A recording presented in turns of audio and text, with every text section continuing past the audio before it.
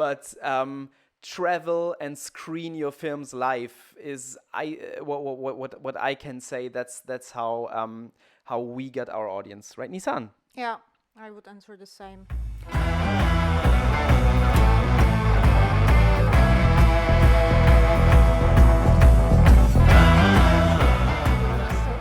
Okay, my name is Nisan. I'm also an actor and a filmmaker. I'm originally from Turkey. I was born and raised in Istanbul. And then I moved to Germany with my mom at age 10.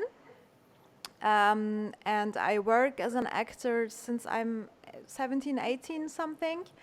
And even back then, I started to make some short films because I was also more interested in creating stuff. Because as an actor, you always kind of have to do what you're told to do. And then me and Lars met. Actually, we knew each other since we were 17, but we re-met when we were around 25, I think. And we started to make feature films together ever since. Yeah. Great. That was the short version.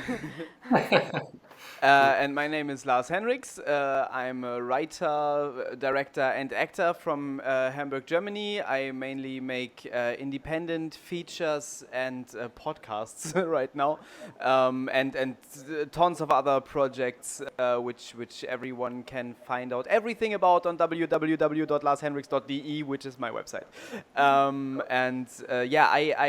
I studied acting. Which had a lot to do with the peculiarities of the German film industry, which is very centralized and completely tied to the state. So if you don't go the state film school route, there's basically no real way in. And I wasn't gonna be able to do that. So they told me to go and study acting if I wanted to have anything to do with film at all. So I did that. And then at the end of drama school, I started together with some film students and other acting students to make my own first short films and theater plays, and then feature films. And I haven't stopped, but midway through, I met Nisan again, who I knew because she was at my drama school too for the first year. And we made the film Leon Must Die together, which is a lo-fi science fiction rom-com. And thanks to Nisan's efforts, that film was accepted into numerous film festivals all over the world, which for me was a whole new stage in filmmaking. And ever since, we've made all our films together and are by now living exclusively off of that, which is awesome. Cool. This is the short version, no? But I know it could be. It's a long way, to for a breakthrough. So it takes time. Yeah, it takes time. Yeah. I don't know if you talked about the trigger. What was the trigger for you? Because you can decide. This is my passion, right? And you don't know. Sometimes you need some. I don't know.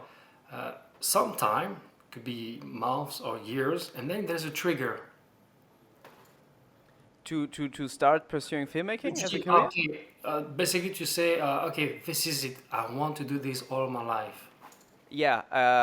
Okay. So for me, I can't really tell you what that is because my parents tell a story from when I was like 2 years old max. When I was just starting to learn to formulate questions, and my mother said my very first question as a toddler was, how can I make a movie? And my father had the task of finding the answers to that ever since, and has taken me to all kinds of film museums and stuff like that my whole childhood. So from the moment I could think, I don't know why, I can't tell you why, there is not a time in my life when I didn't know I want to become a film director, specifically a film director. I know in kindergarten, like in German, director is like in a bit like in French, so it's régisseur, which is régisseur. Yeah, which is hard to pronounce for German toddlers. So I used to tell people I was going to be Steven Spielberg, who was synonymous with that word for me. So yeah, there was no time in my life when I did not know I want to do this and nothing but this. So sorry. Yeah, I think I have a similar answer with acting. I started acting at age 8, I think, at school, but also I visited I don't know how you call it, like an art school for kids at the weekends, It's and kind they. it's kind of general art or drama class or No, it was like a school for kind of everything. They had different courses, different yeah. classes for Okay. ballet and drama and also painting and stuff. And I went to the drama part of it when I was like really little, and I was watching lots of movies and also lots of uh, live plays in Turkey back then, and I was genuinely interested in it, and becoming an actor was always the plan. I even after we moved to Germany and our life changed, that was still the plan, but at first I had to learn a new language, and I think when I wanted to also work behind the camera or behind the stage was when I started to work as an actress. And you know, it's I started to work as an actress, I think, as I said, at age 18, something like that. And at first I was like, okay, this is probably how you start. You have to get some parts, you have to do some parts, and at some point you will get to some point where you can choose. I never got to that point. As a non-white actress in Germany, I always have to play like really cliche stereotypes in German television, for example, and I was really sick of that, and I wanted to do my own thing. And it was not only about creating parts you would like to play. I also figured out, like at age 24, 25, something that I really love editing, for example, or I really love organizing a film, brainstorming ideas. So, yeah, that's it. Yeah, yeah, it's good. Yeah, I can join you because when you start as an actor or with just one activity, basically, you at some point you need to branch out to find different stuff. Like you said, the editing video, and you like it and you go for it. So it's I think at some point you need different stuff, different activities to do, not only one. Because as an actor, if you wait. If you wait the phone call, you know, you're gonna wait for a long time, you know. Yes. And I can relate to that. I agree. Yeah, yeah. The next question is about the film school, but you just already answered it. Have you been to film school? So you told me part of it, so acting, and but you told me, Okay. Lars, you told me you wanted to be a filmmaker, so you went to the film school as a filmmaker. No, no, no, No? no. No, see, okay. Now this is going to be a slightly longer answer. Sorry. Okay. Here in Germany, if you want to be a filmmaker, there's a very clear path. You have to go to one of, I think, 12 state-funded universities, and then you have to you have to make your thesis film, for which you get federal funding. And then you can enter the market, because once you've gotten federal funding, you can get federal funding again. And then you need to apply to the federal funding board, and they need to read your script and look if they like what you want to say. And if they do, then you get that federal money, and you can make a film. So film production in Germany is very, very centralized. We have a very tight censors board, basically. Constitutionally, censorship must not take place in Germany, so it's a bit muddled. We also have private film schools. These private film schools don't get you anywhere. Like if you go to one, you cannot apply for federal funding. You won't get the narrative directing jobs. You can go and be a wedding videographer or make ads or something, but you can't really truly, at least not easily, enter the film industry if you've gone to a private film school. But this isn't openly communicated. That's just a thing that you know once you're in the industry. But when you start out, you look at all these schools. There are all these fancy private schools that you can go to, and so many young people go. Most of these schools are a scam, and they lead nowhere. So that's a bit unfortunate. And when I was like when I was in high school, about to finish high school, at some point it became clear to me that I would not have the proper grades to go to a state school. And I was told that the only way for me to work in the film industry then is to be an actor. So I went to a drama school instead. I was being lied to. I could have gone to a private school. I mean, no idea what that would have helped. But yeah, I've then gone to a drama school, and after that we've started making our independent films, which are completely independent from the federal funding system, which is only possible since I think around 2010, the whole new technology, like those new great cameras have started to pop up, the new great audio equipment that you can get. So yeah, in the past 10 years, this whole, I think, worldwide movement started where people without the proper funds started to make another kind of independent film, I guess, than there had been before, for even less money than the guys in the 90s did. So we were at the forefront of that for a while, and then a couple of years back, before I understood that whole thing about private film schools not leading anywhere, I actually did go to one of those private ones to study directing.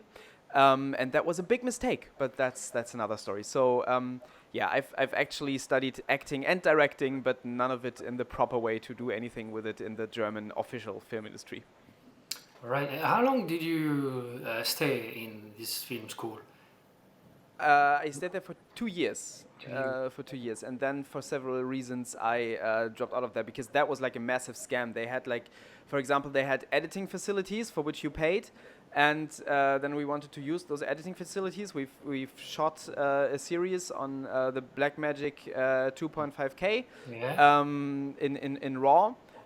Not even the biggest files you can shoot at the moment, but big files.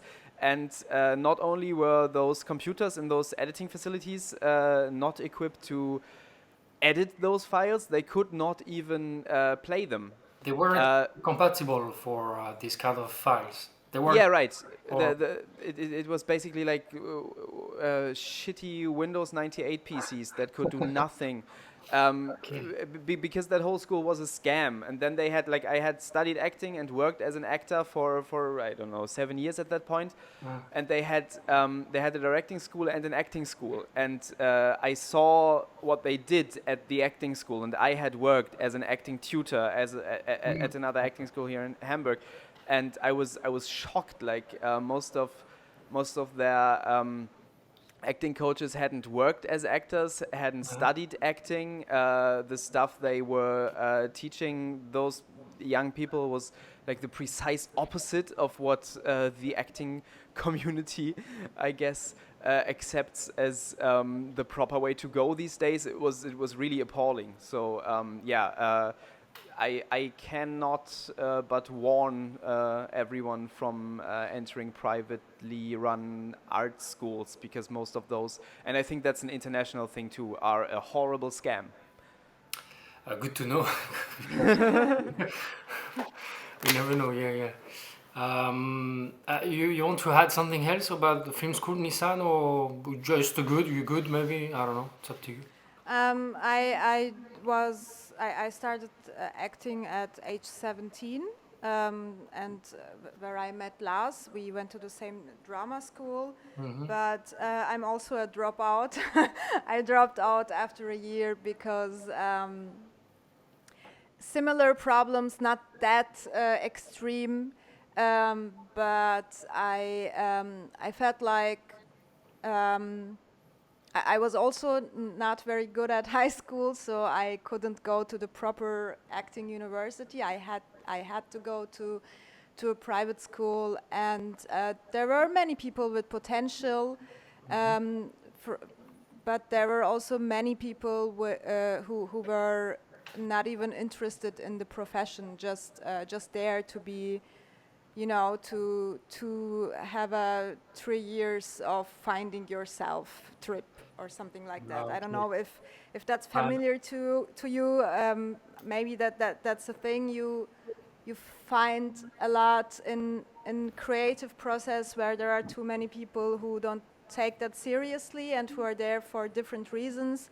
of And I course. think that's perfectly fine for an evening class, but not for a full-time profession school. So I was really young, and I thought about looking for something else, looking for another school, or maybe studying in another country. But then I started working as an actor after I dropped out. So that worked out for me.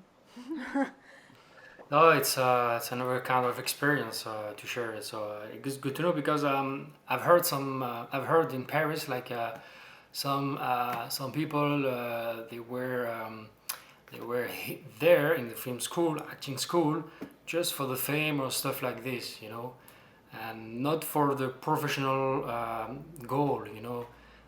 It depends. They have different goals, so. If you want to grow in this industry, I think you need to be very serious when you act, you know, and because you won't be here for so much, you know. So Yeah. yeah, I understand. Yeah, yeah. Yeah, and I think so I kind of accept that about myself. I think some people are not built for school systems, and I'm just not it. So I was very sad and had second thoughts when I was younger and thought about going to another acting school. But I'm more of my kind of person. I have to figure those things out independently, and I learned a lot about acting while I don't know visiting some workshops. Some of them were scam too, of course. Reading some books, and I'm more that kind of person. And at age 30, I can accept that about myself. So. And I mean, yet like you've been working as an actress for 13 years now, Yes, and it worked out somehow. yeah, and have become like a constant presence on German television. So I guess especially for actors, that's the thing. If you start, especially if you start very young, I think that just having done the work trumps having gone to the school. Like I have an acting diploma. Nobody has ever asked for my acting diploma. People usually ask for casting videos. Yeah. So yeah. Yeah, yeah, I agree. They need the experience, the real experience. Yeah, exactly. About your last project, I don't know if the last one you worked together or separately, or and what is it about? How did you get inspired about your last project, guys? Which one's our last? F60 or COVID Metamorphoses? We are currently working on a project. Okay. So There are so many. yeah, we've got several projects. So Okay. I think the last one we've released was the horror satire Performaniacs. That's on Amazon Prime, as far as I'm informed. So go check that out. But let's not talk about that because we've got something more interesting to share. Coming up is I think COVID Metamorphoses is a good story. Yeah, Um, sure. Coming up is the movie COVID Metamorphoses, which we've shot in lockdown in December 2020 with only 3 actors and a team that consisted just of us and our DOP. So we did it adhering to any and all COVID safety rules, and shot a feature in our flat, a feature about 3 people who are, I don't know, secluded together over Christmas due to lockdown. And then some, I guess, fantastical stuff creeps in. It's all based on Ovid's Metamorphoses, like the classical Latin collection of myths.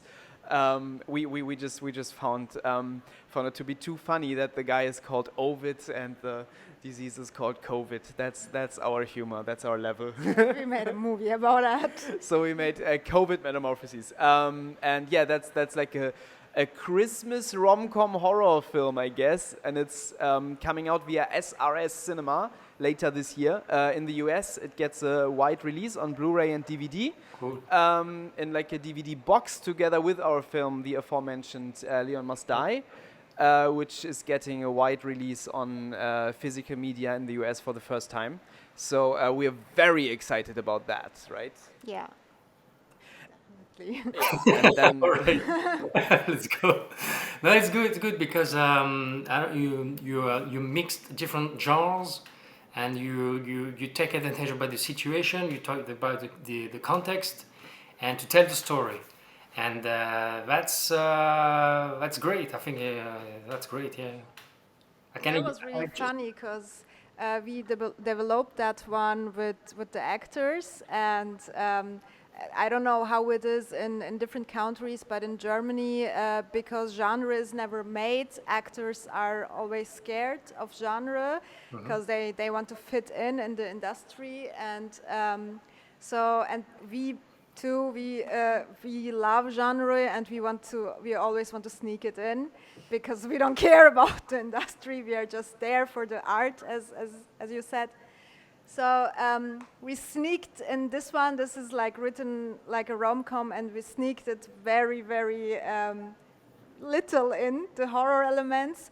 And the actors were fine with it because maybe they didn't understand. I don't know. Yeah, like so we wrote this for the actors. That's how it could be produced. So the actors would get like material for their reel, and we developed the parts in accordance with the actors. And yeah, they wanted to make a rom-com.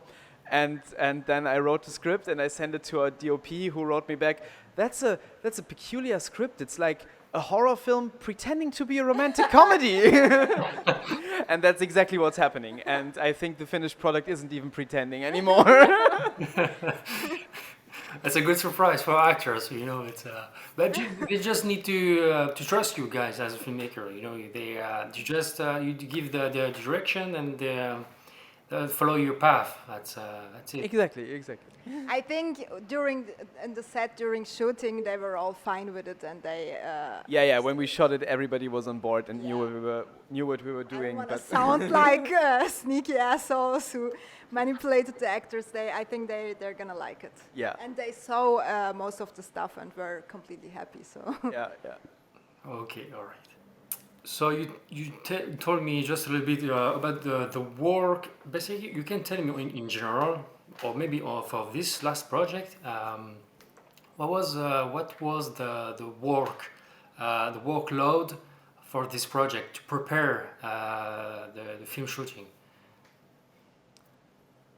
All right. So this differs for us from project to project. The COVID Metamorphoses one, for example, was, I would even say, a bit of a lesser one. Like considering the workload, it's a 75-minute feature, and we've done plenty of those by now. That's like our standard formula. That's what we do at least once a year. We make around 75 minutes sort of genre, sort of weird feature film. And in case of this, and I think the 2 films we made before it, it's always like we have around a month of time to work with the actors. Like let's say around 10 sessions with the actors in which we have the actors improvise their parts. We come up with a story in which all these different roles that the actors want to play could meet. Then we improvise some scenes, and then I go and write a script. And for that, I need 2 weeks to a month. Then we rehearse with that script for 1 week, probably, with the actors, and then we shoot the film in 10 to 15 days. And then post-production takes around 3 months with like the complete editing, the color grading, doing the soundtrack, the sound post. The two of us, we do everything ourselves. Always with a little help of from Christian, who is our DOP. So Yeah, right. every time we need some technical stuff, we ask him, and he knows everything. Yeah, we're basically 3 people doing everything. Like our DOP is also helping in post production. So we're like a filmmaking punk band. And yeah, so what did I say now? That's about like 6 months, right? So 5 to 6 months is what it takes for us to make a feature. And then like we just made a series, 8 episodes and 20 minutes per episode. So that's a bit more. It was an incredible amount of work to shoot it, because we didn't have a budget again, but it doesn't look like no budget. The screenplays weren't no budget, so we shot that over the course of I think 1.5 years, and now we've been doing the post-production for almost 2 years, and we are hoping to finish it in late 2021. So yeah, that will have taken 3 to 4 years once it's done. So while we are quick doing our quick and easy features, we do have this bigger project which just takes forever. Of course, yeah. And what I have a question about the series. So it's the first season, or is it the first one? The first season? First and only, yeah. And do you want guys to continue because the series it takes, you know, you don't want to.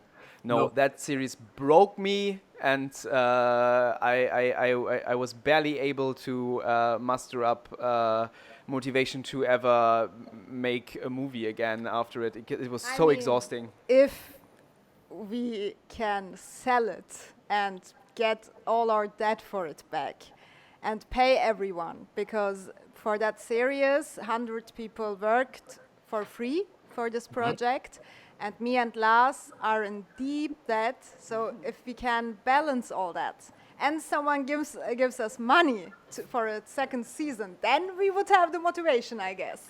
I wouldn't. Yes, you would, but that's not gonna happen, I assume. So. Okay, so with this series project, like a lot went wrong. There were many people promising us to help with production, to help with the money. There were many promises that we trusted, and all of those were broken. This is the story of the series is a long chain of unfortunate events. It's horrible. And there were lots of things taking place that just were incredibly horrible to live through. So I kind of it was so exhausting, and there were no rewards. But we're very happy with how the series turns out now. Now that we're doing everything ourselves and not trusting anyone anymore to help us, it's really cool. I'm really proud of it. Just like a couple of weeks ago, Nisan showed me the rough cut for the first time, so I saw it all the way through, and I was really happy and proud. And now we're deep into finishing up the post-production, which is a pain, but now we're seeing the finishing line, and it's awesome. But it's hard to get motivated to return to that story. I think the series has a great ending. To me, it's a nice and satisfying ending that could very well be an ending. Plus, it's a teenager series, like a series about teenagers, and all the actors were like a bit older than teenagers, and now it's 4 years ago, so they are a bit more older than teenagers. So I wouldn't really know where to take the story then, because we But would they do have all to that, have a time jump. in TV shows. They all do that. Yeah. They look older than expected. Yeah. In TV shows. I mean that's because grown-ups act better. uh, but yeah, I don't know. We had one child actress actually. I think she. Oh no. Oh, I just remembered. We wouldn't need her for season 2. Spoilers, I guess. No, but okay, no. I don't know. There would have to be a massive time jump, and yeah, if anyone gave us money, lots and lots of money, and an audience, then of course there would be motivation to tell another story about these characters. But as it is, I'm very happy to put out the series later this year and have it be this awesome thing that stands on its own. Yeah. Okay, right. I have before to jump into another question.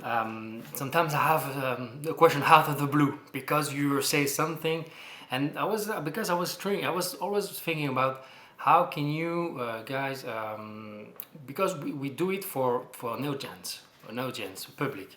So we need an audience to see the film. How do you know have some ideas how to get except YouTube of course, but how to to be able to continue the season 2 for your series, to stuff like this, to be able to continue because we need a budget for a minimum of budget for production.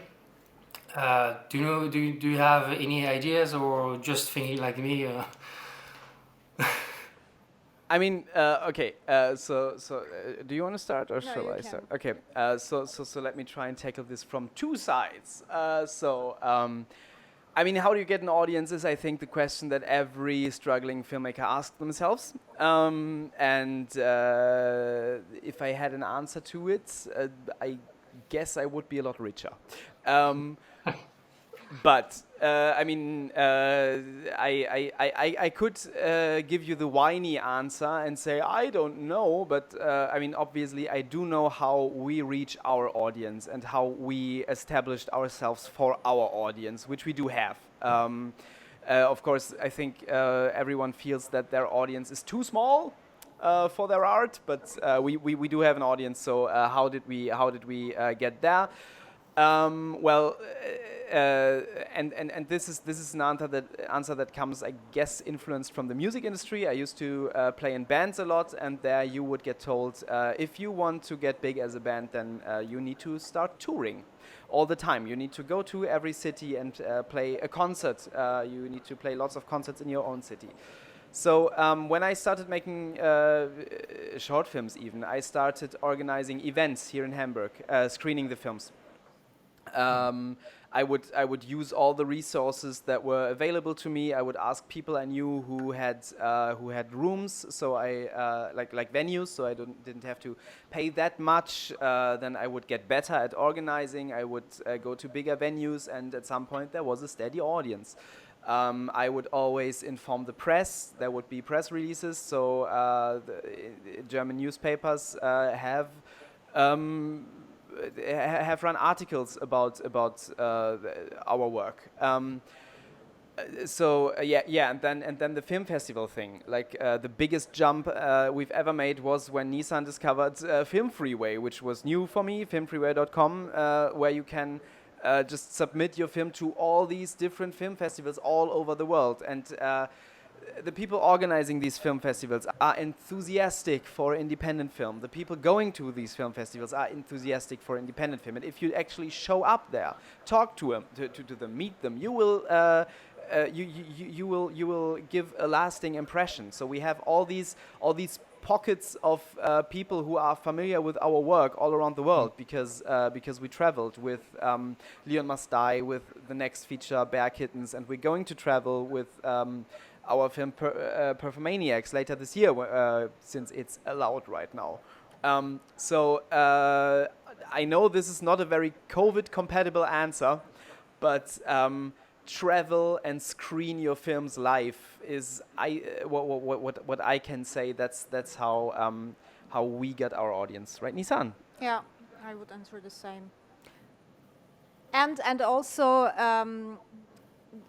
when you watch your movie screened in front of a live audience, you see what works, what doesn't work, or in which countries or in which kind of cultures or generation-wise, what joke works, what touches people, and what was a mistake to do. And you also learn from the reactions of the audience. I know when we started touring with Leon Must Die, which I edited together with Christian, our DOP.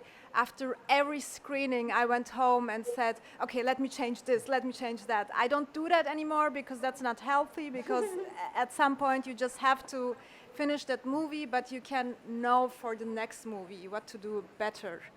Of course. Or what to improve. Yeah. So live screenings.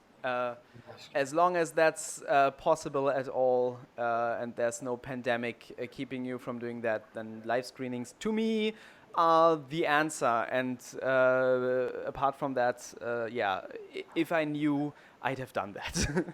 Yeah. Okay, all right. So you talk about the film festival. So you experience it. You're through the screenings. Sorry, come again? You talk about the film festivals.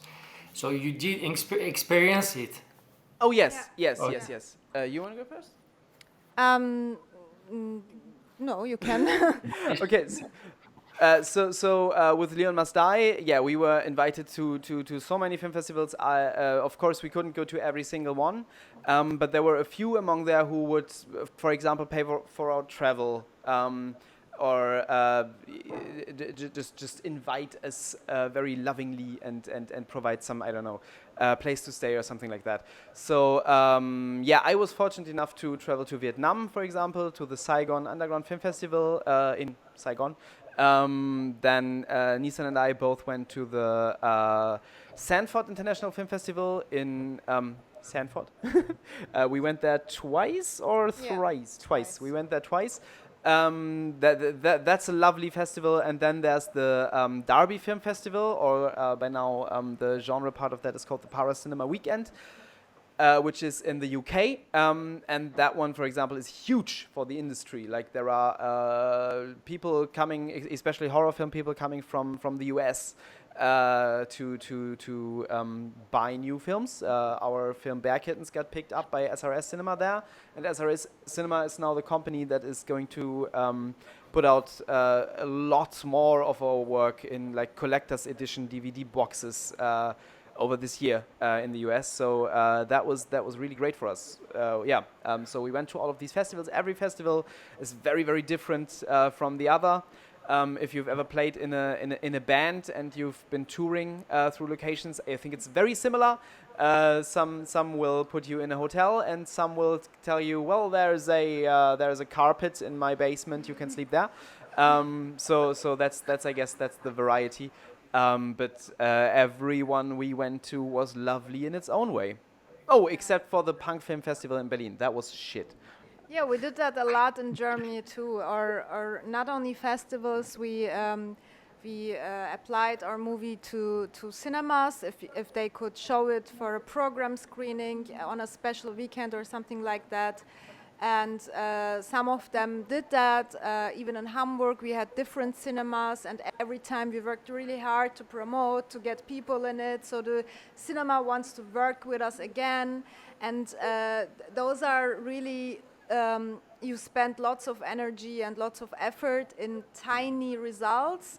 But at the end, as a full package, it works. Yeah. Plus, like if you're not very unlucky with an event, if you do get the room at least half full, it's incredibly rewarding. Like the applause alone, and then the Q&As. You can talk to people about your films, and you will have surprising encounters. Like I was showing films of mine in cities on the other side of Germany, and afterwards people would tell me they knew one of my very first short films and disturb me by telling me why they loved those films.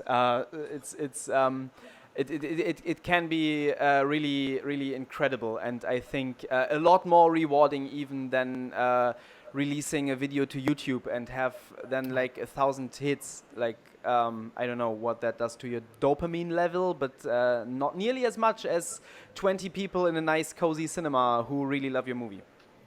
Yeah, it's the different feeling, you know, because you reach the audience and the heart of the audience. That's Yeah, exactly. that's well, I think what does matter. I think. Can you tell me about which camera did you use, guys, and why? Different. When we shot the series and Performaniacs, we used Blackmagic cinema camera because we could shoot it in raw material, and we could make it look like on cinema niveau. And we found the camera on second hand, like for cheap, something we could afford. But that's the only camera we chose.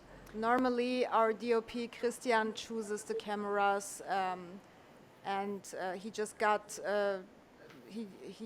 every year a fancier camera to because it's his profession, and he's also very passionate and nerdy about it. So.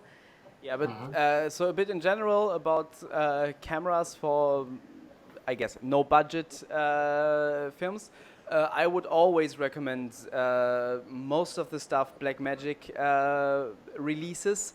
Yeah, we worked with the Blackmagic Cinema Camera 2.5K, which is an old camera, and you can get it very, very cheaply on the internet if you get it secondhand, like for under €1,000. And if you light it properly, it does deliver an image that is comparable to most of all the Arri Alexa. And Blackmagic cameras, like then there's the newer Pocket camera, the Pocket 4K, I think.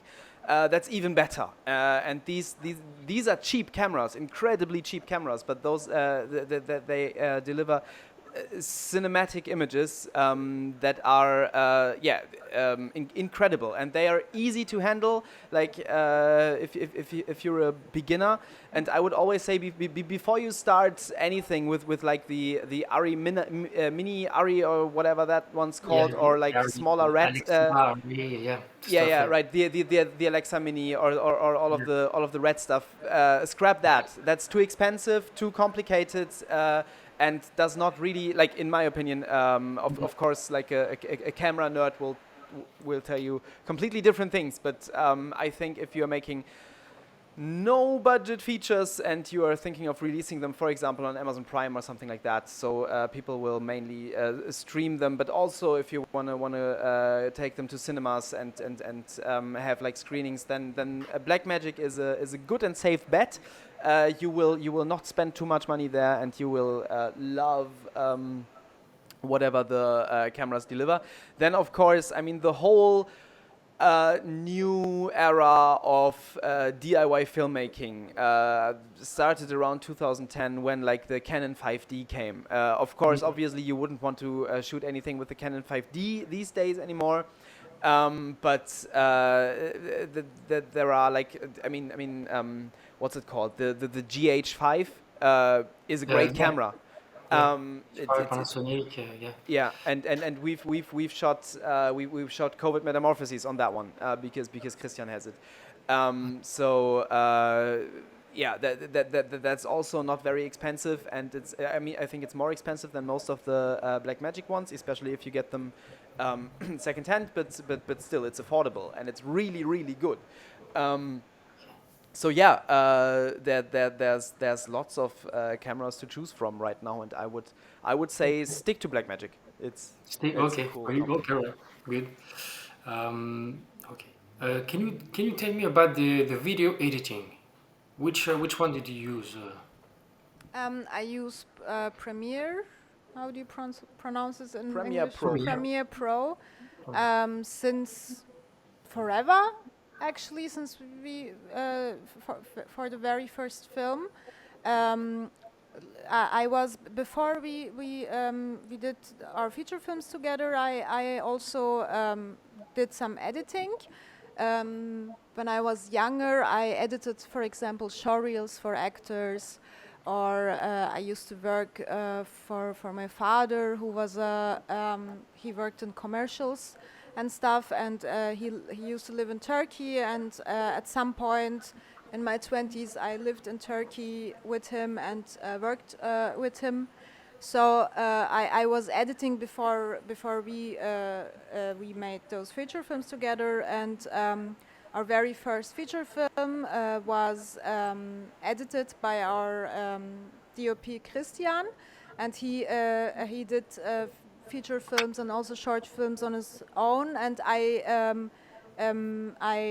edited with him together. I did just some scenes, but most of the work was his work. And then I saw I had the flow, but like for a feature film, I needed more I don't know more experience, and I saw that I like that, and so I learned a lot in Adobe Premiere while we were working on Leon Must Die. And after that, I did all our feature films on my own, and always on Adobe Premiere Adobe, yeah. Yeah, I think Premiere Pro is like the all-in-one solution for any kind of professional work. Of course, there's what's it called, Final Cut Pro X, which I have edited a short film with. I think Final Cut is fine. I'm a bit annoyed by the magnetic timeline that always irritates me personally, and I think like Premiere Pro obviously offers you a lot more possibilities, a lot more things you can do in the program. Like in if you use Final Cut, you have to use a lot of different other software too. So I guess I'd say always go with Premiere Pro. My very first one, because if anyone is looking for something for free, and I think I've just seen that they have developed their stuff.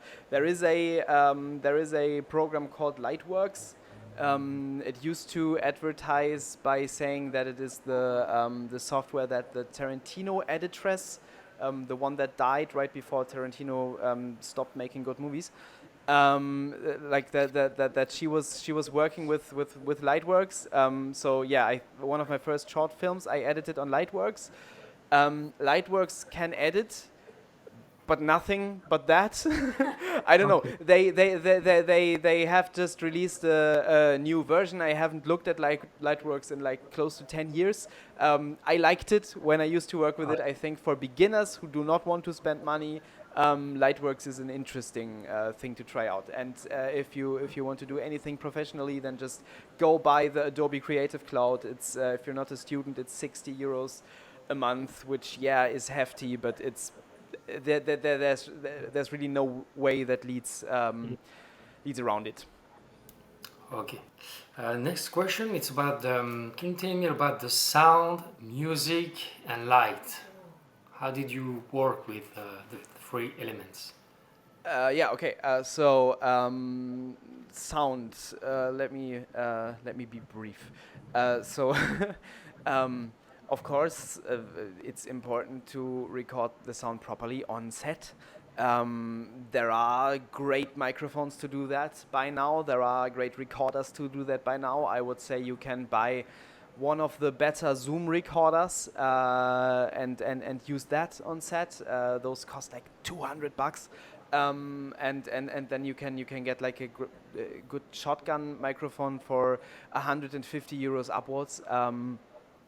We've done sound with this microphone on set before. Like, it's not ideal. This is the AKG C1000S, and it's kind of an all-rounder. It can do everything. Yeah, sounds good. You just need a Rode, and that's it, I think. Yeah, right. I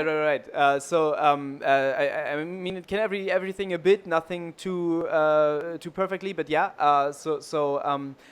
and you can actually do a lot with that sound then afterwards. So and I think that's almost as important. Like or no, it's not. Of course, you need to record your sound properly on set, but there's just get a good microphone, turn it loud enough but not too loud, have it as close as you can to your actors without it being in frame, or if it is in frame, then make sure you can cut it out somehow. That's the basics. That's all. I think that's common sense. Record your sound properly, make it sound as good as you can, and then afterwards, if you do edit with Premiere Pro, like in Premiere, there's a lot of great stuff you can do with your sound right away. And if you have like damaged sound, if you have anything you want to edit out, filter out, you can just export it to Audition, which is also part of the Creative Cloud, and Audition can do basically anything. So yeah, I think that's those are the tools. That it does take a certain amount of time.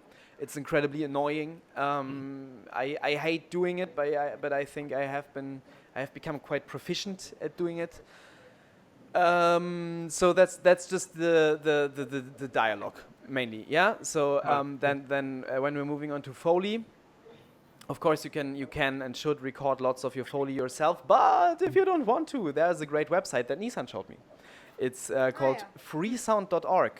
And freesound.org, you can choose what kind of license the sound you want to have is supposed to have. So obviously you always take the Creative Commons license, and then you can type in anything, and this site has everything.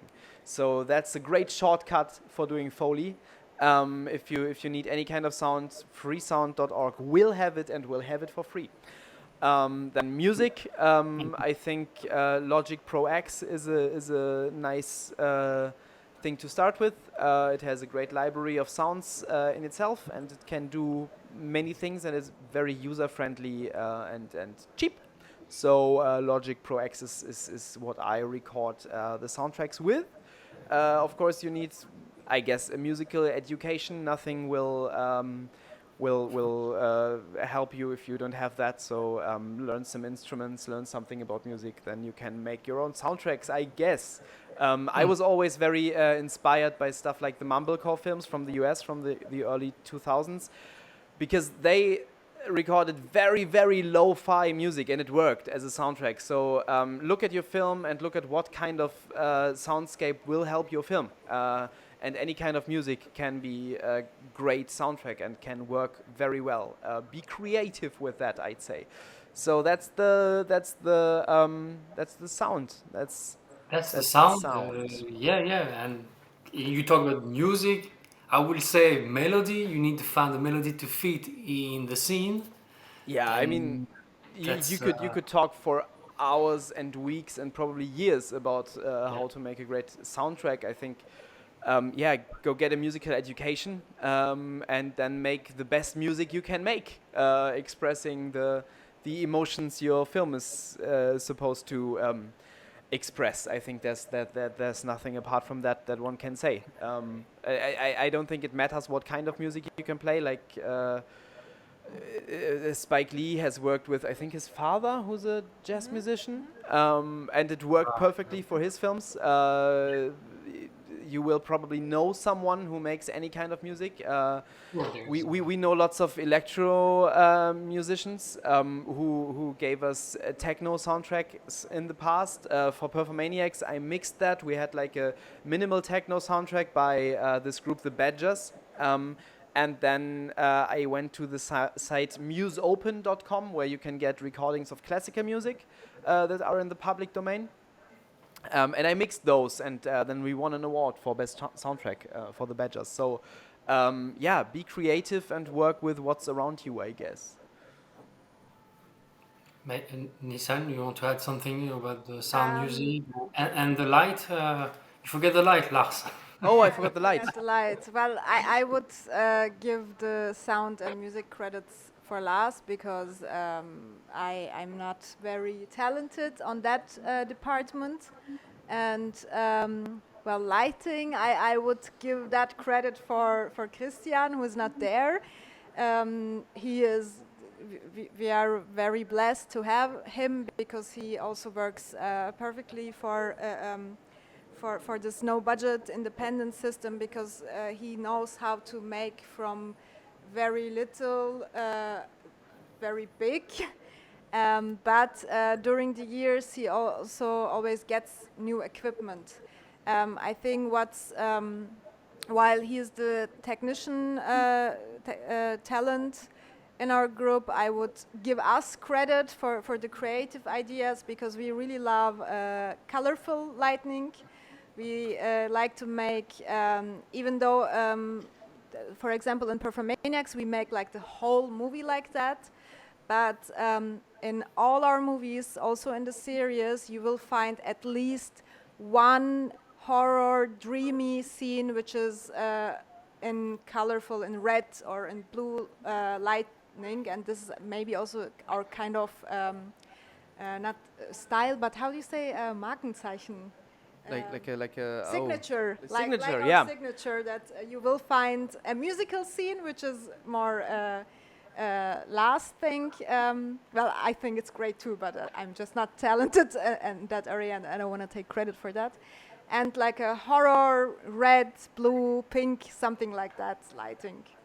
And track no, not track shots, and some scene that isn't that has no cut will be in there. Yes, yes. But regarding light, regarding the light and the colorful light, elaborating on what Nisan just said, this is another thing. Like if you're starting out, if you don't have money, if you don't have time, or if you just don't know yet how to properly light your film, and you wanted to have a look, and a look that looks like it's on purpose. You don't just want your film to look dark and dingy. I think, turning to colorful lights is always a good idea. Red and blue complement each other really well. I think I did that for the first time when I made my second or third feature, and nobody on that set had any idea what they were doing regarding light, including me. And we then decided to have the whole film be black and white, because it looked. It didn't look the way it was supposed to look, but there was one sequence which was lit in red and blue, and that looked spectacular, so we left it in color. And I think, that's when we were planning Performaniacs, which was another of these films that we made with acting students in this case. We were being paid by the drama school, and we wrote this film around the acting students and their particular talents.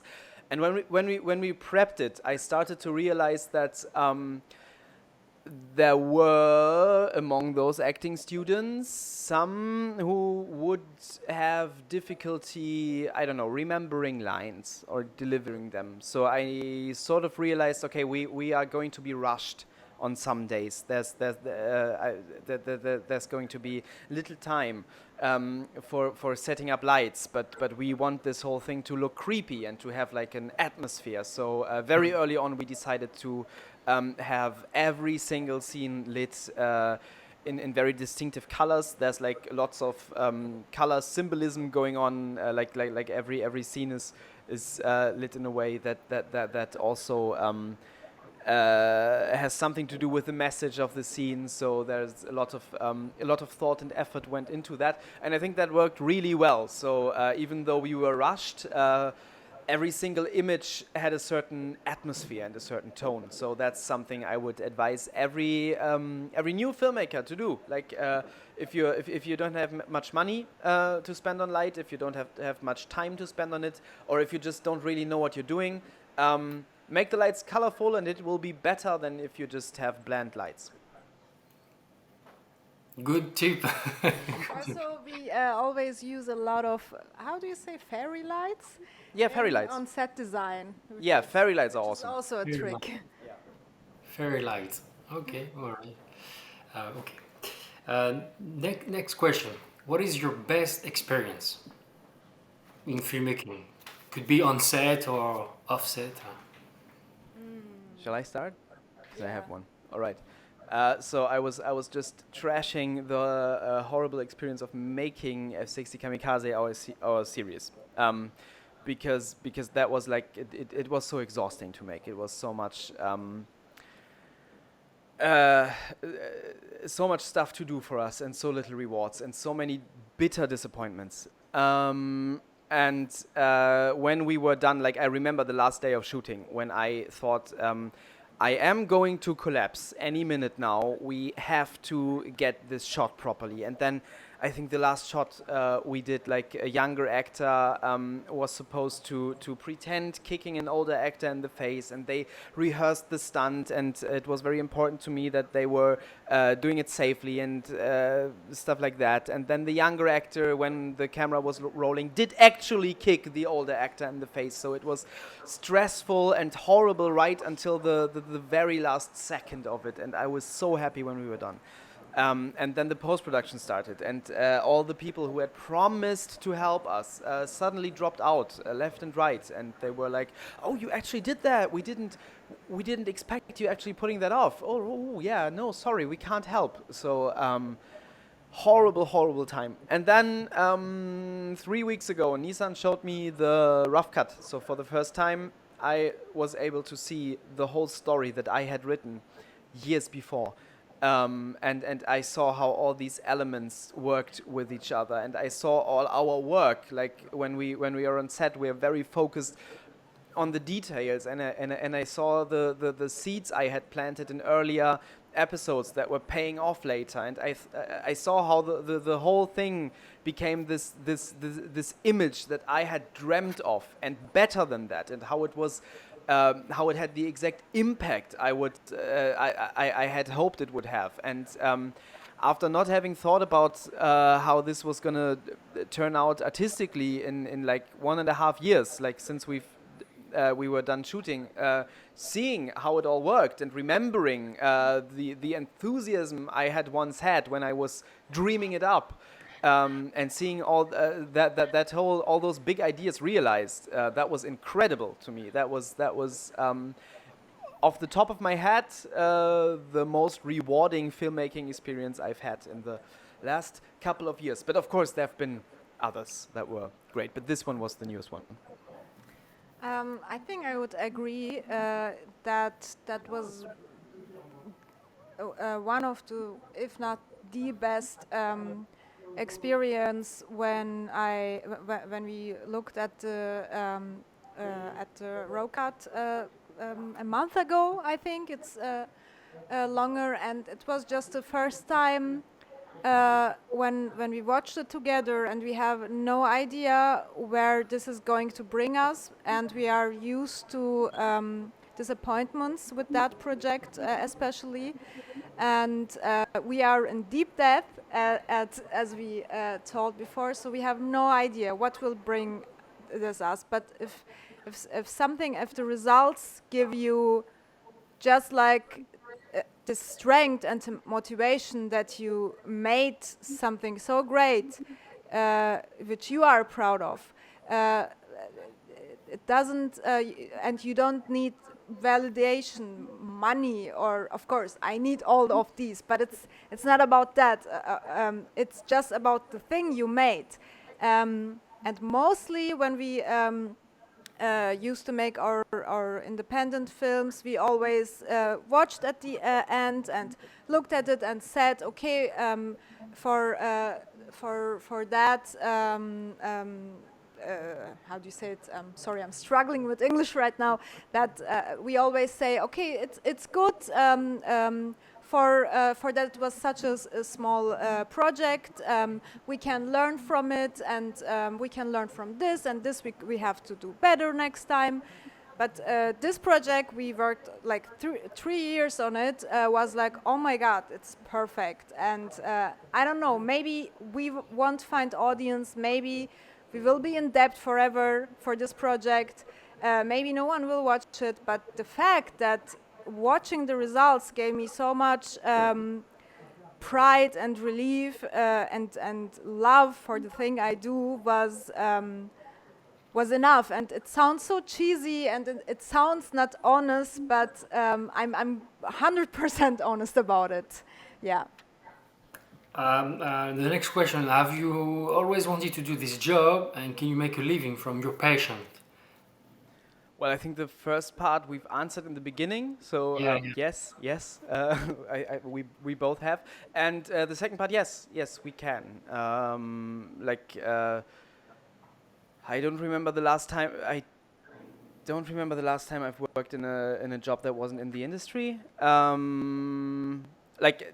So when starting out, I think in the creative business, you probably think, all right, I want to quit waiting, like waiting tables. I want to quit working at such and such store and only work on stage and in front of the camera. In my case, I had that right away, right after drama school, and then I thought at some point I don't want to do touring theater anymore. I don't want to play theater for children anymore. Then at some point I thought I don't want to act anymore. I want to just direct, and I've done that. Then I found myself sitting in a horrible office, making. Making concepts and shooting all the ads for a big supermarket chain here in Germany, and I thought I don't want to direct ads anymore, and now I'm not doing that anymore. So I always at every stage of my career I think, all right, I don't want to do that thing that I only do for money anymore, and then I stopped doing that, and it so far it had worked out. Yeah, I mean, I think it depends on how you see living. Oh yes, we're broke. Like, Well, we don't. I don't know. Like the proper German way of living is having 100 different insurances, having a car, having a house, and we don't have any of those stuff, and we don't care about any of those stuff. We rather. I don't know, sell stuff so we can go to a film festival and network, and or we starve for a month so we can make a new project. So if that works for you, then I think you can live with it or out of it. It works perfectly fine for me, so I can live from it. I mean, like even the hustling and struggling has imperceptibly gotten less and less. Like Yeah. I remember in the year 2019, I think we were just done. That was the year when we finished shooting F60, and F60 was like F60 Kamikaze. That was all our money went into that. So in 2019, we actually we went to like. What do you call it, like homeless shelters to get some food because we did not have any money at all anywhere, and I would often make music on the streets to get some money to get us a meal. So even though I was making ads full time then, so yeah, we hustled and struggled a lot, of course, but even that, like we recently turned 30, and I'm looking around, and it's like over the years the flats have gotten bigger, the flatmates have disappeared, the working conditions have gotten better. So I will always be the first one to whine and complain, but honestly, yes, we can make a living, and it's a decent one at that. And also, yes, it definitely gets better, and it works out for us. And also, it was our choice during those times to spend so much money in our project. We could also not make that decision, and we could have even then live perfectly fine from the jobs we had. Yeah, right. So it was our choice to be broke and to eat broke bread from homeless shelters. Moldy bread. Yeah. So we do poverty sometimes if it benefits the projects, but we make a living off creative endeavors. Okay. What do you think about the crowdfunding and fundraising? Did you use it? Um, Oh, Yeah, so I passionately hate crowdfunding. We've done it. We've done it a lot. I've just heard someone else say that, and I think he was very right. I think crowdfunding is a great thing to do for filmmakers once, and not more than that. I think your audience otherwise will lose patience. Plus, you will lose patience. Like crowdfunding, it could be, it's in theory, it's such a beautiful thing. But in reality, it's a full-time job for 2 months and it doesn't bring nearly as much money as it should. It's so much work and effort, like lots of stuff that you don't think about like the idea is great. How about my audience just pulls together and finances this movie? What a nice idea. But like there's so many hurdles. It starts with when your audience is international, then some people won't have the proper credit cards to give you money. That's the first thing. Then you have to think about all the rewards you're giving out. Like those are work. Like if you like many filmmakers promise Blu-rays. Making a Blu-ray is a lot of work and costs a lot of money when you want to deliver professionally made Blu-rays. You have to. You have to factor in so much money, and it's just a lot of pain. I think it's a possible way to finance your first feature when your non-filmmaker friends are still excited about what you're doing. But once you've done it for 10 years and everybody knows, yeah, you're making those weird movies, nobody will give you money. Strangers will rarely do that, but your friends and family will at the first time. And after that, it's gonna be difficult. No, I just wanted to add also the crowdfunding sites. You put your crowdfunding thing on, also take money from it, like 10-20% or something. And yeah, I agree. We did it, I think, 3 times. And 2 times it worked out. Third time was just didn't work out, and like we worked like day and night every day on this crowdfunding to reach people, and we sent 500 emails, big platforms, we shared it, we did everything as it told in the crowdfunding book. But I think, well, it was our experience, if you do it like more than once, it will fade out. So yeah. yeah, I think it's a good analyze about the crowdfunding. Once it's enough. After that, it's up to you. you know. Yeah. Yeah. Yeah. All right. Next question. Okay. It's about the technology nowadays. Someone can buy a camera, can buy a video editing, and can start to make a film. What do you think about that? Do you think it's the future of cinema? Yes, I do. Yeah, I love that, and I'm incredibly excited about that. I mean, so far, when you think of it, film has been a medium of the rich and powerful because you need a lot of money and not a lot of resources to make a movie. So Wall Street people move from New York to LA to invest in movies like they would in the stock market. So that way, bland, big, boring movies get made and people make billions.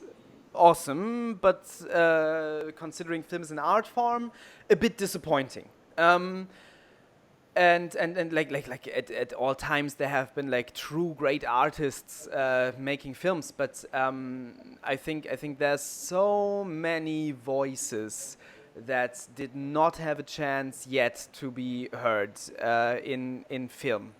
I mean, we're talking like if you're on Twitter and you're following American film sites, of course we're talking about diversity in front of and behind the camera. But another thing that I think is coming thanks to the new technology is diversity in where those films come from. I think Coppola in the 80s talked excitedly about camcorders, which are nothing compared to compared to Blackmagic cinema cameras. But he said this could be the democratization of the art form, and there could be movies made in Middle America. And yeah, not only are there, and there have been since the 70s, I mean, Texas Chainsaw Massacre and stuff like that. So not only do we have films made in Middle America by now, we have things like Wakaliwood. Have you heard about Wakaliwood? Hollywood? Wakaliwood. Those are that's like this group of people in, I think, Uganda. Making action films, like in I don't know what looks like to be slums. People who I have not seen making films before. I have not seen films made by people from these places before, and now I can see a funny action comedy made by people from there. And that's largely due to new and incredibly affordable technology, and I can't wait to see films pop up made in places I haven't heard of, in ways I wouldn't think of, by people who I've never heard express themselves before. And I think that's the true potential of this new technology. I mean, in a very, very, very minor way. That's the thing that happened here in Hamburg. In Germany, as I said, film production is centralized. I think it's a similar system all over Europe. I think France has a similar system too. Yeah, centralized, but But in Germany, yeah, it's the government helps, and there is the TV, the channel TVs. Yeah, they, yeah. they spend a lot of money for the films. Yeah. Yeah, so in Germany it's very, very rigid. They also spend a lot of money, but they don't really they don't really have an audience in mind. Films don't have to make their money back. It's all muddled and complicated, but it's very, very centralized, and you cannot make a film without the federal funding board. If you want to make a professionally funded feature film, no way is open to you that doesn't go via them. So they decide what gets made and what doesn't get made. So we basically have a censors board. And it would not be possible to make independent films the way we do in Germany without this technology. So yeah, we have this regressive system of film production here, and it is not. It's not a thing that is encouraged to make feature films that I don't know, the censors don't approve of. But thanks to this new technology, we can do that. And I think other people in places with even more regressive and oppressive structures can do the same thing, and more so. So I think it's amazing, it's exciting, and that's the true future of film.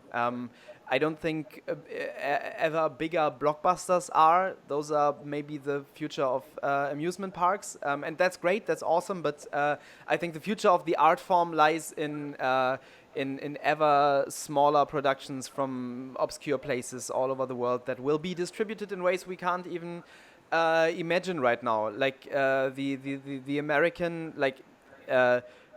especially the Middle American folk film movement that we are, funnily enough, counted among.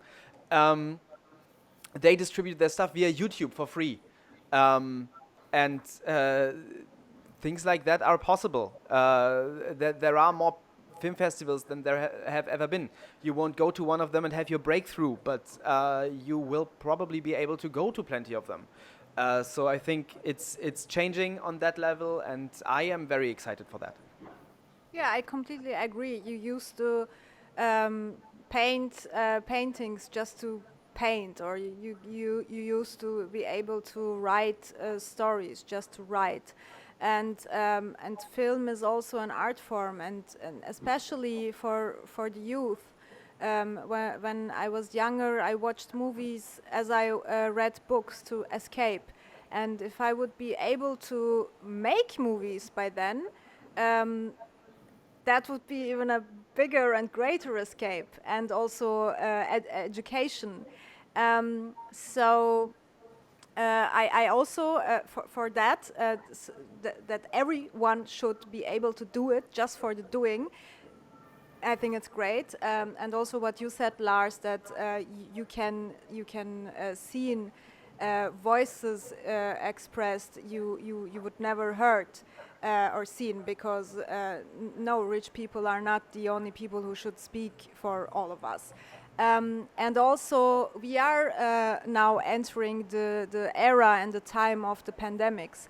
And we don't know if Corona is now over soon. We don't know if there will come more mutations, if what else will happen, what else will happen with the climate change and stuff. So I think if we are living in these eras, it's also, I mean, we shot a movie during lockdown and we were not the only ones. Those kind of stuff that this is able in those kind of times is important and great, I think. Yeah, I think that's what's ultimately gonna save film as an art form into the future. Okay. You partly answered the next question. The next question, it was, what do you think about cinema in general? You partly answered because you said, via this technology, we can watch movies, I don't know, from different countries, and with internet and stuff like this, streaming. And you want to add something else about cinema in general nowadays? Okay, I will mostly speak about German cinema, the German cinema industry right now, because that's part of the what I'm calling the that's part of what I'm calling the centralization of German film. Not only the film production is completely state funded, but the cinemas are also, and the German film festivals too. So you won't get into any of those without the federal funding. If they don't approve of your film, it won't be shown in a big cinema, it won't be shown at a film festival. It's just not going to happen. But there are plenty of ever smaller cinemas popping up, or not even small, just places that screen incredibly special films, like all the kinds of films I was just talking about. And I think those are great, and I don't think that those are really endangered by streaming. I mean, much is always made of how cinemas go down because nowadays you can stream stuff. I don't think that's true. I can't speak on the cinema industry in any other country but in Germany. But in my experience in Germany, cinemas do not make an effort to, for example, screen smaller independent films that you cannot just watch on HBO Plus or on Netflix. They do not really make an effort of providing an experience that you cannot just have in your home theater. I mean, okay, a cozy seat and popcorn for 12 euros will not be the things that draws me back into a Cinemax. Sorry, it's just not going to happen. But if the filmmaker attends the screening, for example, I'm there. Like for the Q&A, if there are so many creative things that you can come up with, so many creative I don't know, how hybrid events, half movie screening, half party, like a midnight screening event of the Rocky Horror Picture Show. You won't have that in your own home. And cinemas like when cinema was big, like in the 70s, there were those midnight showings, for example. Where are those? Like I don't know about other countries, but in Germany that's not happening. And since that's not happening, I can just say, okay, these people aren't really trying. And yes, their kind of cinema is going down, and good riddance. But there are other ways of experiencing film with a live audience that are awesome and that nobody will be able to recreate at home, so that will not die out. Yeah, well, you answered a lot again. I think there are many ways for inviting an audience to the cinema. Yes, as you told, special evenings or stuff like that. For example, when we were in Derby, they showed Nosferatu on live piano as a no. Yeah, like they screened Nosferatu in a church, and then the church organ was used to provide the score. I mean, stuff like that. That's not even new or very original, but that's just awesome, and you can't have that at home. And it was like a German movie, and we saw that special in England, not in Germany. Yeah, right. In So Germany it's weird, but yeah, I think, and it was full. The church was full. So I think ideas like that are always great, and I think we have to include a bigger audience. Of different countries and generations and stuff. I was thinking about, well, when you talked about cinema, we have so I can also promote it. We have a podcast we started 3 months ago, I think. No, even 3 months. Where we are watching every week another movie and discussing it. Me, Lars, and another friend of ours, and we watched so many different movies from different countries and different cultures, and it's always interesting when you watch Asian movies, they have some similarities, or when you watch Eastern European movies, they have similar styles, and I think it's great, and I think those kind of movies should be more like accountable for the audience. What I saw as a female filmmaker, that movies were, as many of other art forms, were especially led by men, and for me personally, this has to change. That especially behind the camera, especially the writers have to be more included, because what I saw during watching these so different movies during our podcast, which is called Mysterium Pictorum, by the way, if you want to listen to it. Those are so different movies: action movies, comedies, rom-coms, art house movies. They're all written by men, and you can see one which is also the half of the humanity. One big voice is missing, and I would wish, as a female filmmaker and as a female audience, that women are more included in expressing the stories in cinema. Yeah. If you have the opportunity to work with someone, who could it be? A24. Yeah, that's a production company. But yeah, as a company, A24, that would be lovely. And a person? Do you have a person you'd work with? So many, but I have to decide on one person. I'd like to make a movie for A24 with Robert Pattinson in it. That's mine. Okay, if I work as an actress, I like to make a movie with Coralie Fargeau is her name, I think. Coralie Fargeau, yeah. A French director, and I saw I remember. her first movie, and I thought it was great. So maybe for her second movie, I like to be a part of it. I saw her first, no, not first, but a short film. She Oh, directed. really? I haven't And, seen that and I one. saw her in a screening evening or stuff like that. I don't remember the name. It was a sci-fi short film. That's awesome.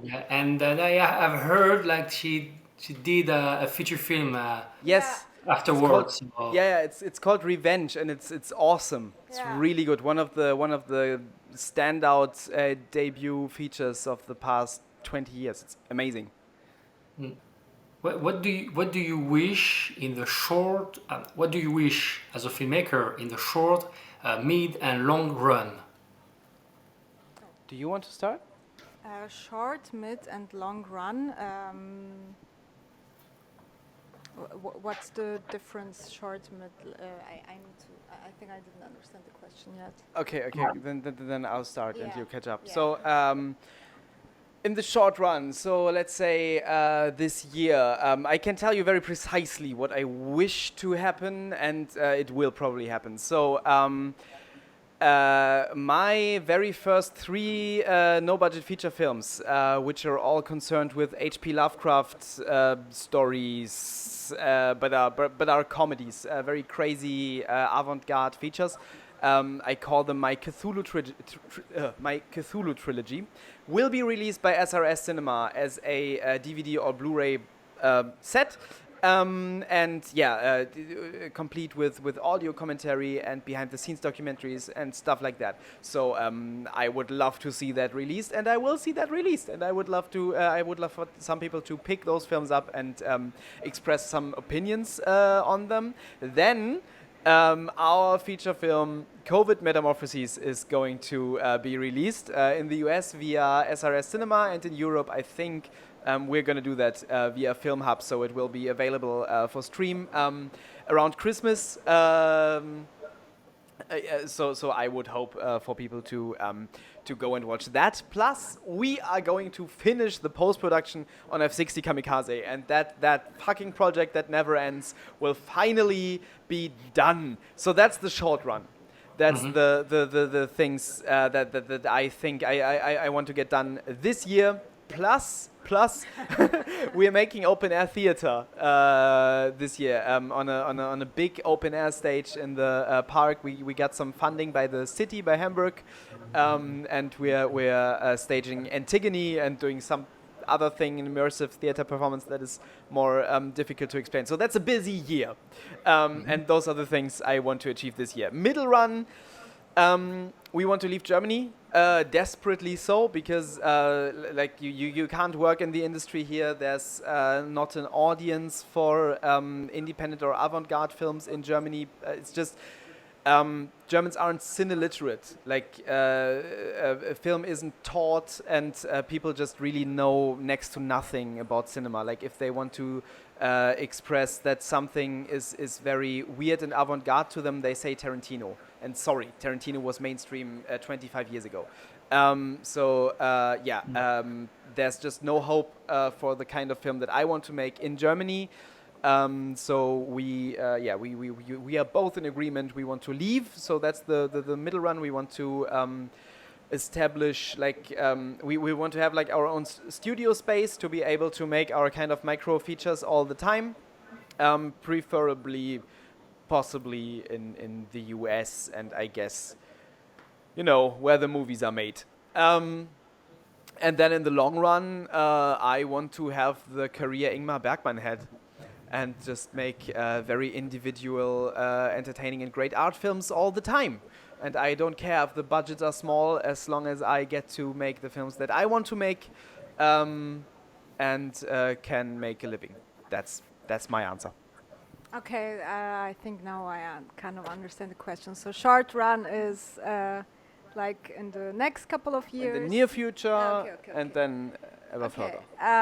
Yeah, we make our plans always together. So I try to give a different answer, but on the short run, for me, it's important to get everything out of my head, because we have so many projects going on which are not finished yet, which are not released yet. It's not only F-60 Kamikaze, but like COVID Metamorphoses and the theater project, and also we have like ideas, like we want to create a logo, we want to create a own production company, we want to sell shirts so we can sell merchandise, and so we can build up a company. All of those to-do lists in my head, they all have to go, so they all have to be finished. That's the short run. So similar answer to yours, but Yeah, and the mid run is yes, planning or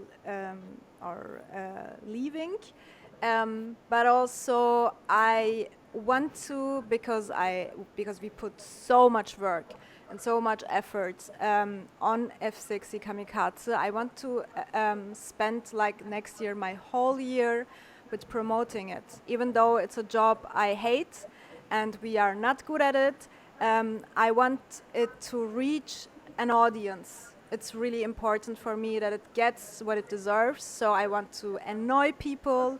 I want to, I don't know, again, maybe be on podcasts, on blogs, everything else. I want to spend like my whole year on promoting F60 so it doesn't disappear on Amazon Prime or something like that, because the project deserves it. The 80 to 100 people who worked for free, who believed in this project deserves it, and we deserve it. Because if that doesn't, if that won't make money, if that won't give us all the debt back, it should give the validation back. And also, I have an idea for a script myself. Lars knows the pitch, and I want to work on my first feature film debut screenplay. Directorial debut. Yes, but that's also on the mid run, and I'm also working, but this is on the short run, on working a documentary film with a friend of mine who is also an actress, and but this should be finished this year, I hope. And on the long run, I want us to have. I want to work independently. I don't want to be dependent on stuff which has to do something with my job, but I'm not interested in. Just I need the money. I don't want that anymore. At some point at my career, I don't know, when I'm at least 35, 36, I want to be able to say, no, the script is racist, I don't want to play that part. Or no, this is not for the art form, this is just for a stupid audience. I don't want that. This is my long run. I want to be able to say no to job offers which I am dependent on right now to pay my rent. Yeah. Which tips can you give to someone who just start for new beginners? I think we've sprinkled some tips in between most of the answers. But let me. Sid Vicious once said, "Making music is easy. Take a guitar, hit a note, bam, music." So I think a similar thing applies. Very basically, take a camera, hit record, movie. And what I want to say with that is, first thing is go and do it. Don't talk about it forever. Don't plan it forever. Just go out and do it, because that way you will get the experience you need. You will network with people you need. People are very valuable, especially in no budget filmmaking. So don't burn bridges. Find something like before starting a creative project. Maybe think about what do you want to communicate with that. What do you want to achieve with it? Why is it important to? Is it important to you? If not, then don't make it. If yes, then great. That will, I guess, serve as motivation. Like those are all that's all for the headspace. And apart from that, I would say. Get before tackling a big project yourself, go and get set experience. Work as a set runner or as an actor on a set as big as possible. Before I made my first feature film, I had a leading role in an international TV series. So I was on set for 2 years every day. Um, and those that way I was able to observe all the processes that go into making a film. Most of those don't cost money, so if you go to a big set and you pay close attention to what everyone is doing, then I think you are well equipped to then run your own set, probably. So go get set experience, and then make your film as thoroughly as you can. Don't rush it. Don't talk about it too much. Do it. It's going to be a shit ton of work. You're going to suffer, and it won't be. It will probably not be as great as it is in your head when you start making it. But then go on to the next project. Work on it until it's the best thing you can.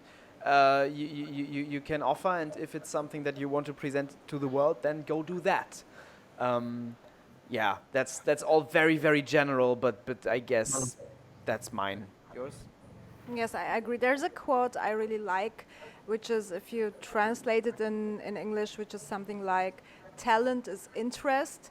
So if you really care about it, and if you're really interested in it, you will get better because you're interested, and you will be obsessed about it. So you will read lots of books about it, you will watch movies, you will have ideas, and if you don't have it, then you will give up on some point anyway, because there are so many people who think, oh, that's easy, and I think it's interesting, I want to be a part of it, and then they see, oh, this is really hard work, and it costs too much effort and energy. And then I saw people, and really talented people, drop out left and right. So if you really care, and if you're really obsessed about it, that's your talent, because you will have the obsession and the hard work in you, that you will understand it better, and you will be better by trying. So just do it, and don't give up. But you won't if if this is the only thing you can do. I think, no, my tip would be, if there is no plan B, then do it. If you have a plan B, then do your plan B. That would be my tip. It's such platitudes. We're giving such platitudes. Like, yeah, just I like do this it. Don't give up. But I have one more thing, because I read as a child like an interview with a writer of children's books, and she was asked about how do you set about becoming a writer. And she said, if you want to write something, if you want to write a book, for example, write something that you personally want to read. Because Yeah. in that case, it will be rewarding. And I think that applies to filmmaking. Make a film you want to watch. Don't, and I'm leaning far out of the window here, but I would say, don't make a film you think will sell. Don't make something for the marketplace. Don't make something for the place you're at. Make the thing that you want to watch. Because even if you make something for the marketplace, like, first of all, everybody else does it, and if you don't have money or experience, probably everybody else does it better. So what is it worth if you do it too?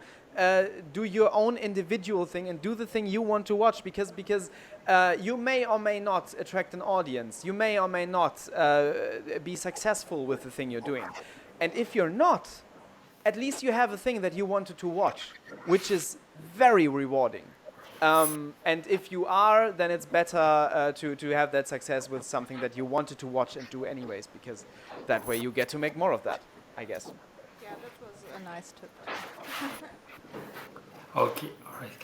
And the last question to conclude, it's about which movie or series did grab your attention these days? These days, TV series, I think The Leftovers and BoJack Horseman were my favorite series from the last 10 years, I guess. Atlanta was also great, which is still going on. Oh, and Fleabag. And movies, I think Revenge from Coralie Farja, or I thought Get Out was really great, and Robert Eggers, who made The Witch and The Lighthouse. And also, it's not from these years, but from when is this Elephant Still Waiting movie? Elephant Sitting Still. Elephant Still. I'm gonna do that Sitting one. Still. It's from the last 10 years, no? Yeah, it's from 2018, I think. Oh, okay.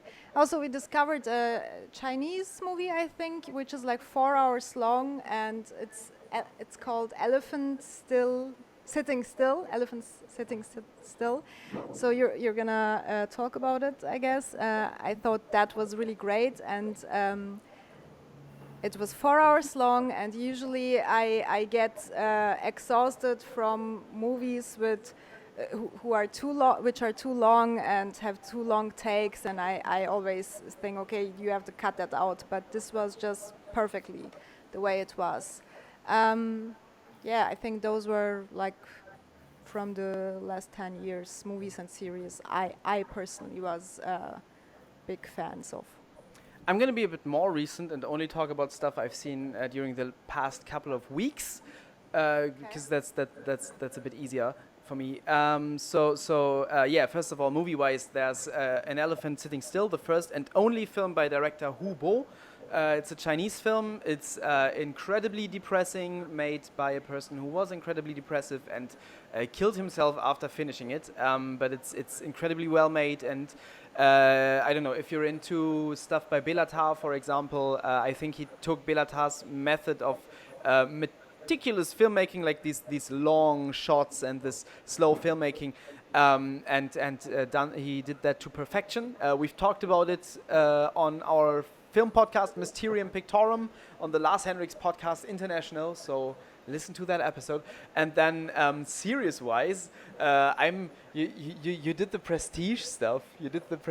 Like if I want to do the prestige stuff, I'm gonna say, well, we were in the process of. We're not prestige. Yeah, of course it is. It's prestige compared to what I'm gonna say. Before I'm gonna say what I'm gonna say, I need to stress that. We are in the process of watching Krzysztof Kieślowski's Decalogue right now, 10 episodes of riveting Polish television from the late 80s about the 10 Commandments. But then also I really liked Gilmore Girls. Netflix has a lot of like nostalgia TV right now. Gilmore Girls is a well-made television series. I'm not even going to call it a guilty pleasure. It's fantastic. Fantastically written. I agree. Great characters. Yeah. And then there's the that's not new. That's why I didn't say it. well, but I've seen it recently. Okay. I've also seen Dawson's Creek recently because Netflix has it, but that's not good.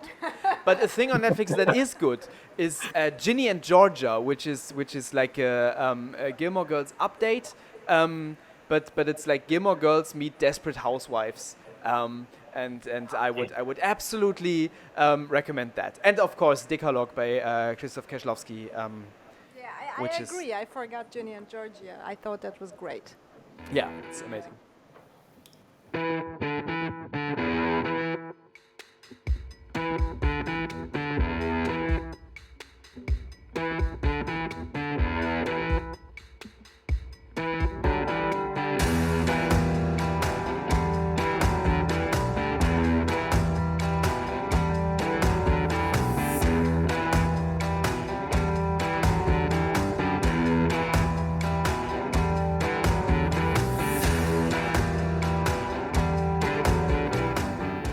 Yeah, okay. So we're gonna restart recording. Sorry about the. Sorry. It's our internet probably. Okay, but I know where I stopped. Shall I just go on? Yeah, sure. I will edit. So. Okay. What I was gonna say. No. Nothing. Thank you so much for having us. I think we talked a lot. Yeah. Thank you so much for having us. Everyone, come over to the Lars Henrichs Lars Henrichs podcast International and listen to our series Mysterium Pictorum. where we talk about Movies all the time. yeah, we so- talk about obscure movies every week. I once found like a USB stick in a weird location, and it contained like 300 movies, and we're going through them alphabetically, and we're talking about them. So it's a film review podcast with a mystery twist.